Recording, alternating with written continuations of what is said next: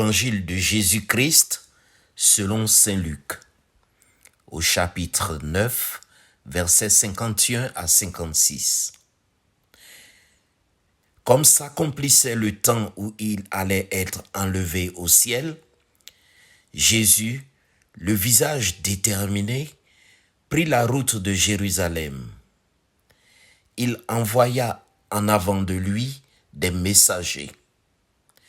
Ceux-ci se mirent en route et entrèrent dans un village de Samaritains pour préparer sa venue. Mais on refusa de le recevoir parce qu'il se dirigeait vers Jérusalem.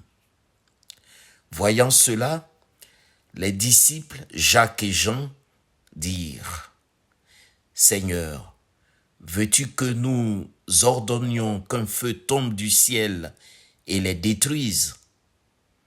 Mais Jésus, se retournant, les réprimanda. Puis ils partirent pour un autre village. Acclamons la parole de Dieu.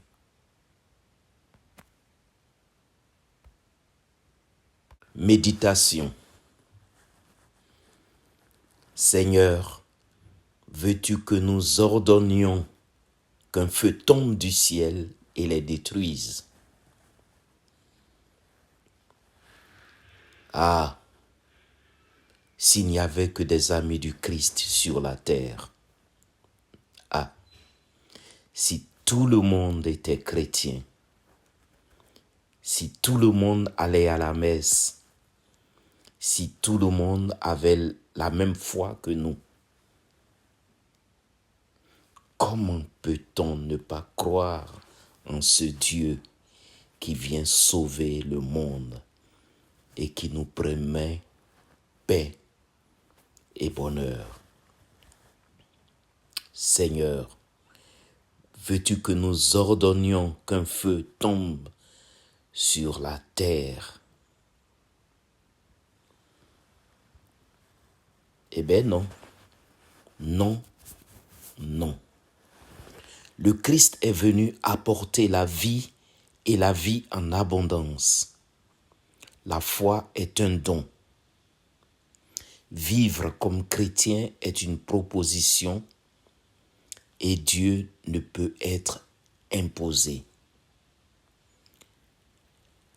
Tuer pour Dieu est un aveu d'incrédulité.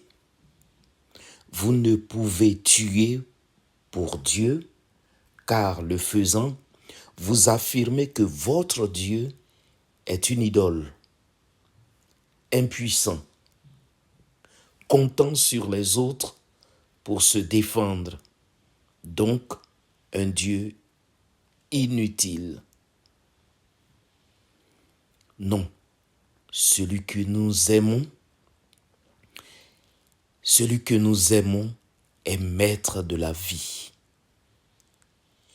Il recherche tous ses enfants dispersés aux quatre coins du monde. Ceux-ci sont d'origines diverses, de croyances diverses, de couleurs diverses. Notre Dieu est Père. Il est patient. Il est miséricordieux, attentif à ses enfants, à tous ses enfants. Aujourd'hui que nous fêtons Sainte Thérèse de Lisieux,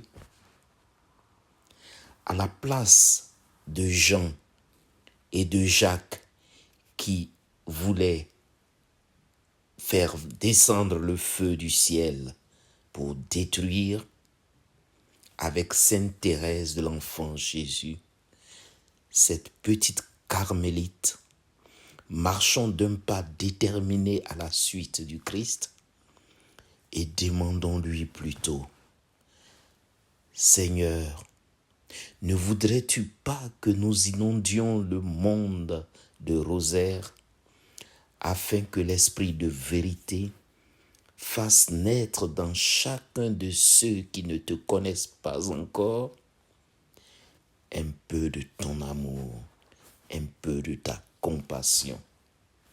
Amen.